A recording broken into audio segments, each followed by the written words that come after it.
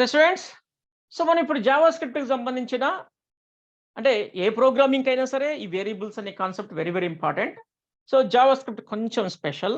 ఈ జావాస్క్రిప్ట్కి సంబంధించిన వేరియబుల్స్ గురించి మనం ఇప్పుడు తెలుసుకుందాం. ఓకే, అసలు వేరియబుల్ అంటే ఏంటి ఇవన్నీ తెలుసుకుందాం. ఓకే, ఇక్కడ variables, JavaScript variables are containers for storing data values. Already మీకు చెప్పాను కదా. ఓకే, మనము ఒక ప్రోగ్రామ్ రాస్తున్నామంటే వేరియబుల్స్ కంపల్సరీగా అవసరం అవుతాయి. ఎందుకంటే ప్రోగ్రామ్ దేని గురించి రాస్తాం? సమ్ డేటాని ప్రాసెస్ చేయడానికే మనం ప్రోగ్రామ్ రాసేది.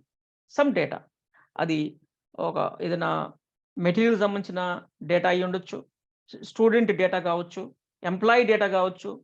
ఓకే, ఏదైనా మనకి ఎనీ డేటా, సమ్ డేటాని సమ్ ప్రాసెస్ చేయడానికే మనం ప్రోగ్రామ్ రాస్తాం.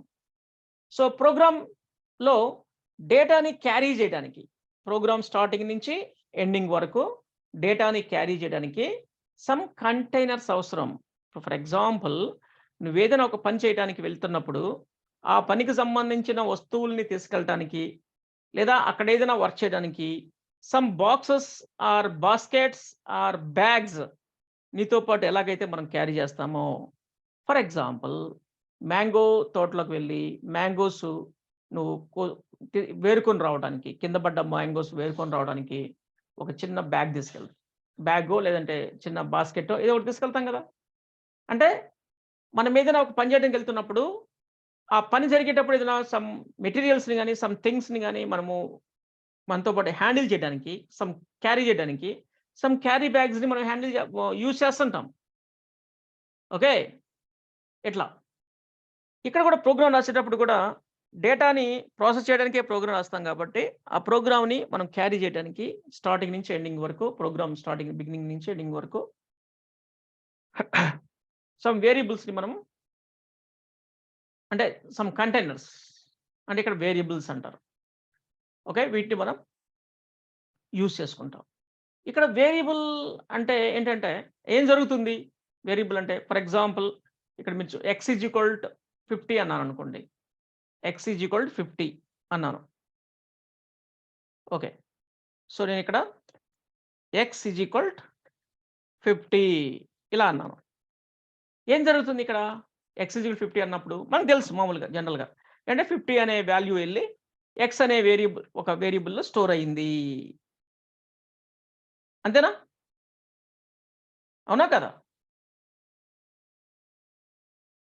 ఇప్పుడు మనం ఎక్స్లో ఉన్న డేటాని, ఎక్స్లో 50 ఉంది, దాన్ని వాడుకోవచ్చు. చూడండి, అలర్ట్ ఎక్స్ ప్లస్ 20 అంటే ఏమవుతుంది? అవుట్పుట్ పాపప్లో అవుట్పుట్ ఏమొస్తుంది? ఎంత వస్తుంది? ఎక్స్లో ఉన్న డేటా అండ్ ప్లస్ దానికి 20 అంటే 70 అవుట్పుట్ వచ్చింది. ఇలా అంటే ఆ వేరియబుల్ ఉన్న డేటాని మనం యూజ్ చేసుకోవచ్చు ఎలాగైనా ప్రోగ్రాంలో. అంటే ఎక్స్ అనే ఒక కంటైనర్లో సమ్ డేటా ఉంది, దాన్ని రకరకాలుగా వాడుకోవచ్చు నువ్వు. దాంట్లో ఉన్న డేటాను తగ్గించుకోవచ్చు, పెంచుకోవచ్చు. దాన్ని కొంచెం డేటాని యాడ్ చేయొచ్చు. ఓకే, దాంట్లో ఉన్న డేటాని రీప్లేస్ చేయొచ్చు, దాంట్లో ఉన్న డేటాని యాక్సెస్ చేసుకోవచ్చు, నీ ఇష్టం. రకరకాలుగా దాన్ని యూజ్ చేసుకోవచ్చు. బట్ ఇక్కడ ఏం జరుగుతుంది అంటే ఈ లైన్ రన్ అయినప్పుడు ఏం జరుగుతుంది అంటే మనకి మెమరీలో, ఓకే, అంటే సిస్టమ్ ర్యామ్, కంప్యూటర్లకి ర్యామ్ ఉంటాయి కదా. ర్యామ్ అనేది టెంపరవరీ మెమరీ అనమాట. ర్యామ్లో ఒక మెమరీ అలాట్ చేయబడి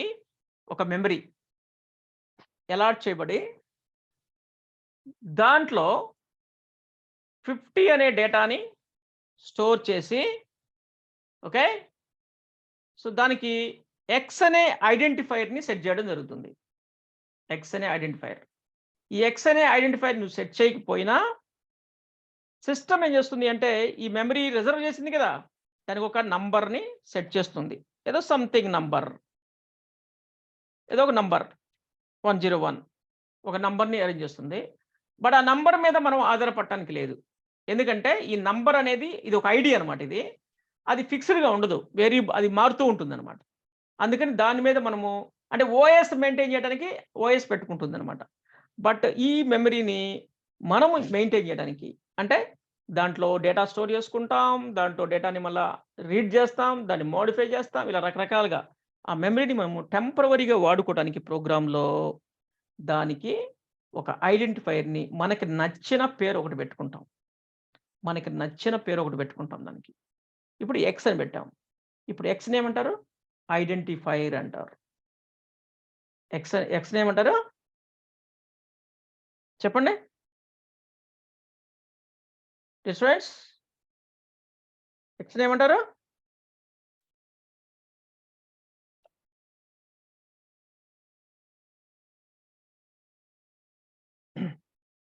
ఎక్స్ కంటైనర్ కాదు. Identifier. Identifier. Okay. Of course container also. But నేనిక్కడ మాట్లాడుతుంది దాన్నేమంటారు అనంటే ఐడెంటిఫైయర్ అంటారు. ఓకే. కంటైనర్‌లు, క్యారీ బ్యాగ్‌లు అవి ఇంటర్వ్యూలో చెప్పకూడదు మీరు. ఇంటర్వ్యూలో అడిగితే. ఓకే. కంటైనర్ అని చెప్పొచ్చేమో. మిగతాయి చెప్పొద్దు. చెప్పొద్దు మీరు. నేను మీకు ఎగ్జాంపుల్స్ మీకు ఈజీగా అర్థమవుతాయని అలాంటి ఎగ్జాంపుల్స్ చెప్తాను. అంతే. మన కాన్సెప్ట్ అర్థం అవ్వాలి. ఓకే. ఇక మనం దీన్ని ఇక్కడ అవుట్‌పుట్ చేసాం చూడండి. మనం దీన్ని ఇక్కడ ఎక్స్‌ని అవుట్‌పుట్ చేసాం. అంతేనా? ఎక్స్‌ని అలా అవుట్‌పుట్ చేసాం. అంటే ఇప్పుడేమవుతుంది అంటే దీంట్లో ఉన్న డేటా ఇక్కడికి యాక్సెస్ అవుతుంది. దాంట్లో ఉన్న డేటా ఇక్కడికి యాక్సెస్ అవుతుంది. ఆ మెమరీలో ఉన్న డేటా ఇక్కడికి యాక్సెస్ అవుతుంది. అంటే మనం ఇలా ఈ లైన్ రన్ చేసినప్పుడు వెళ్లి అక్కడ స్టోర్ అయ్యింది. మనకిక్కడ స్టోర్ అయ్యింది. మనం ఇలా యాక్సెస్ చేసినప్పుడు మనకి ఓకే.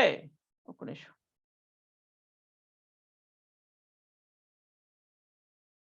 ఇలా వచ్చేసింది. అదనమాట. ఓకే. ఇలా జరుగుతుంది. మెమరీలో సిస్టమ్ ర్యామ్‌లో పెట్టుకొని ఇలా చేస్తూ ఉంటుందనమాట. ఇలా జరుగుతూ ఉంటుంది ప్రాసెస్.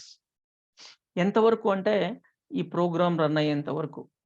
ఆ ప్రోగ్రామ్ క్లోజ్ అయిందంటే ఆ మెమరీ క్లియర్ అయిపోతుంది. జస్ట్ టెంపరవరీ మెమరీ అంటారు దాన్ని. వేరియబుల్స్ అనేవి టెంపరవరీ. ఆ ప్రోగ్రామ్ రన్ అయ్యేంత వరకే ఉంటాయి. గుర్తుపెట్టుకోండి. ఓకే. ఈ ఈ నేను చెప్పిన విషయం ఏదైతే ఉందో మీరు బాగా గుర్తుపెట్టుకోవాలి. అసలు మర్చిపోకూడదనమాట. ఈ కాన్సెప్ట్స్ వెరీ వెరీ బేసిక్స్ ఇవన్నీ కూడా. ఓకేనా? సో, ఇక్కడ దాన్ని మనం వేరియబుల్ అంటున్నాం గదా!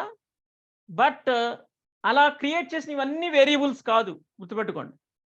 అలా క్రియేట్ చేసినవన్నీ ఇప్పుడు ఎక్స్ అనేది వేరియబులా? కాదా? వేరియబుల్ అంటే we can change the data. Variable అంటే ఏంటి? We can change the data. అంటే ఇక్కడ చూడండి నేను 50 అన్నాను గదా! x 50 అన్నాను గదా! ఇప్పుడు చూడండి ఏమవుతుందో. x 20 అంటున్నాను. ఇప్పుడేమవుతుంది తెలుసా? ఆ ఎక్స్ అనే మెమరీ ఉంది గదా! మనం ఇంతకుముందు క్రియేట్ చేసాం గదా! ఇంతకుముందు మనం ఇక్కడ ఒక 50 పెట్టాం గదా! x 50 అన్నాం గదా! దాంట్లో 50 పోయి 20 వచ్చేస్తది. 50 పోయి 20 వచ్చేస్తది. ఓకే. ఇంకొక వేరియబుల్ కాదది. సేమ్ నేమ్ గదా! Same variable. 50 పోయి మనకి 20 వచ్చేస్తది అంతే. అలా కాకుండా x x + 20 అన్నామనుకో, ఇప్పుడేమవుతది? ఎక్స్‌లో ఉన్న డేటాకి ఎక్స్‌లో ఉన్న డేటా 50 దానికి 20 యాడ్ అవుతది. అంటే 70 వస్తది. ఇలా. అంటే మనం ఓవరాల్‌గా ఏం జరుగుతుందిక్కడ? ఎక్స్‌లో ఉన్న డేటాని చూడు 90 అయిందిప్పుడు. అంటే ఎక్స్‌లో ఉన్న డేటాని మార్చాం గదా! ఎక్స్‌లో ఉన్న డేటాని మార్చాం. అవునా కదా? అవునా కదా? బట్ ఆల్‌వేస్ జావాస్క్రిప్ట్‌లో ఇలా చేసేవన్నీ కూడా మనకి వేరియబుల్స్ కాదు. ఇప్పుడు ఎక్స్ వేరియబుల్. ఎందుకని? మనం మార్చగలిగాం డేటాని. We can change the data. We can vary the data. అంటే ఇట్ కెన్ బి వేరీడ్ అనమాట. సో, వేరియబుల్స్ అనేవి చేంజబుల్ అనమాట. డేటాని చేంజ్ చేయొచ్చు. చేంజ్ చేయగలిగే వాటినే వేరియబుల్స్ అంటారు.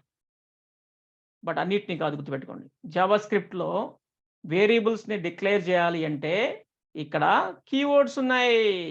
మనం ఇప్పటి వరకు కీవర్డ్స్ వాడకుండా వాడేసాం. బట్ వేరియబుల్స్‌ని క్రియేట్ చేయాలి అంటే వేర్, లెట్, కాన్స్టెంట్. ఇలా ఉన్నాయి. సో ఇక్కడ వేర్ లెట్తో మాత్రమే వేరియబుల్స్ క్రియేట్ చేస్తాం. కాన్స్టెంట్తో కాన్స్టెంట్స్ని క్రియేట్ చేస్తాం. అంటే దాంట్లో ఉన్న డేటాని మార్చలేము అనమాట. అంటే సింపుల్ చెప్తా, టుమారో క్లాస్లో ఇన్ డీటెయిల్డ్గా మనం డిస్కస్ చేద్దాం దాని గురించి. ఇప్పుడు నేను సింపుల్గా చెప్తాను చూడండి దాని గురించి. ఇప్పుడు ఎక్స్ అనేది వేరియబుల్ బికాస్ ఎక్స్ని వేర్తో నేను డిక్లేర్ చేశాను. వేర్ తోటి డిక్లేర్ చేశాను. వేరియబుల్ క్రియేట్ అయింది using var. So variables. So ఇది వేరియబుల్. We can change. చూసారా, చేంజ్ అయ్యింది. We can change. అండ్ లెట్తో చేశాను. లెట్తో కూడా చేశాను. లెట్ అనే కీవర్డ్. Okay, good. ఏం చేంజ్ అయింది. సో వేర్తో డిక్లేర్ చేసిన అండ్ లెట్తో చేసిన అవి వేరియబుల్సే. We can change, no issue. But ఇంకొకటి ఉంది, కాన్స్టెంట్ అని ఉంది. CONST అనే కీవర్డ్. బట్ ఇలా చేస్తే మాత్రం వేరియబుల్స్ కాదు, ఫిక్స్డ్. ఇప్పుడు ఎర్రర్ వస్తుంది చూడండి. ఎర్రర్. ఏం అవుట్పుట్ రాలా. కారణం జావాస్క్రిప్ట్లో ఎర్రర్ ఉంది. ఎక్కడికి వెళ్ళి చూడాలి ఎర్రర్? జావాస్క్రిప్ట్ ఎక్కడ రన్ అవుతుందో అక్కడికి వెళ్ళి చూడాలి. జావాస్క్రిప్ట్ ఎక్కడ రన్ అవుతుంది? కన్సోల్లో. సింపుల్. కన్సోల్లోకి వెళ్దాం. Error. Assignment to constant variables.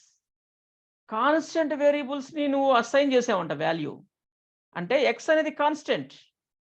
నువ్వు దాంట్లో డేటాని మార్చడానికి లేదు, బట్ నువ్వు ఇక్కడ మార్చావు, అందుకే ఎర్రర్. ఈ లైన్ తీసేయి. ఈ లైన్ని తీసేసా, ఐ మీన్ కామెంట్ చేసా. ఇప్పుడు నో ఎర్రర్. ఇప్పుడు చూడండి, నో ఎర్రర్. ఎర్రర్ లేదు. 70 వచ్చింది. 70 ఎలా వచ్చింది? మనం ఎక్స్లో 15 డేటా మార్చలా మనం. ఇక్కడ దాన్ని ఇంకొక దాంతో కలిపాము అంతే. బట్ ఎక్స్లో ఉన్న డేటా మారలా ఇక్కడ. ఓకే. బట్ ఇప్పుడు ఎక్స్ అనేది వేరియబులా? ఇప్పుడు ఎక్స్ అనేది వేరియబులా? చెప్పండి.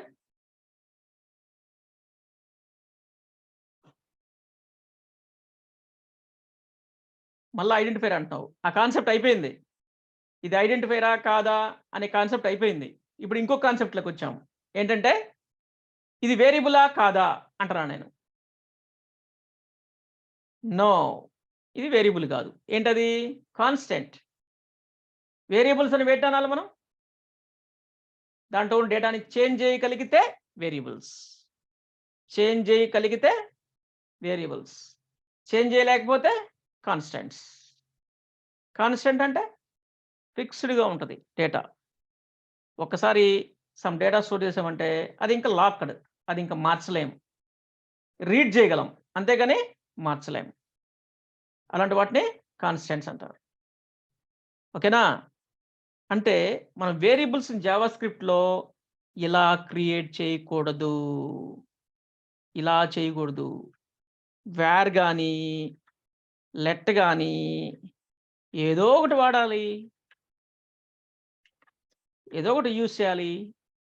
కాన్స్టెంట్ కానీ ఏదో ఒకటి యూజ్ చేసి వేరియబుల్స్ని క్రియేట్ చేయాలి. అంటే వేరియబుల్స్ని క్రియేట్ చేయడానికి కమాండ్స్ ఉన్నాయి జావాస్క్రిప్ట్లో. కమాండ్స్ ఉన్నాయి. అలా అన్నీ చెయ్యాలి. ఓకేనా? అర్థమవుతుందా? కాకపోతే వేరియబుల్స్ అయితే లెట్ అండ్ వేర్తోనే వేరియబుల్స్ క్రియేట్ అవుతాయి. కాన్స్టెంట్తో వేరియబుల్ కాదు అది. దాన్ని ఏమంటారు? కాన్స్టెంట్ అంటారు. అది. సో వీటి గురించి ఇన్ డీటెయిల్డ్గా టుమారో క్లాస్లో డిస్కస్ చేద్దాం. ఓకేనా? సో వేరియబుల్స్ గురించి పార్ట్ 2 సెకండ్ ఎపిసోడ్లో చూద్దాం. Okay, bye. సో మీకు ఏమైనా డౌట్స్ ఉంటే క్లారిఫై చేసుకోవచ్చు.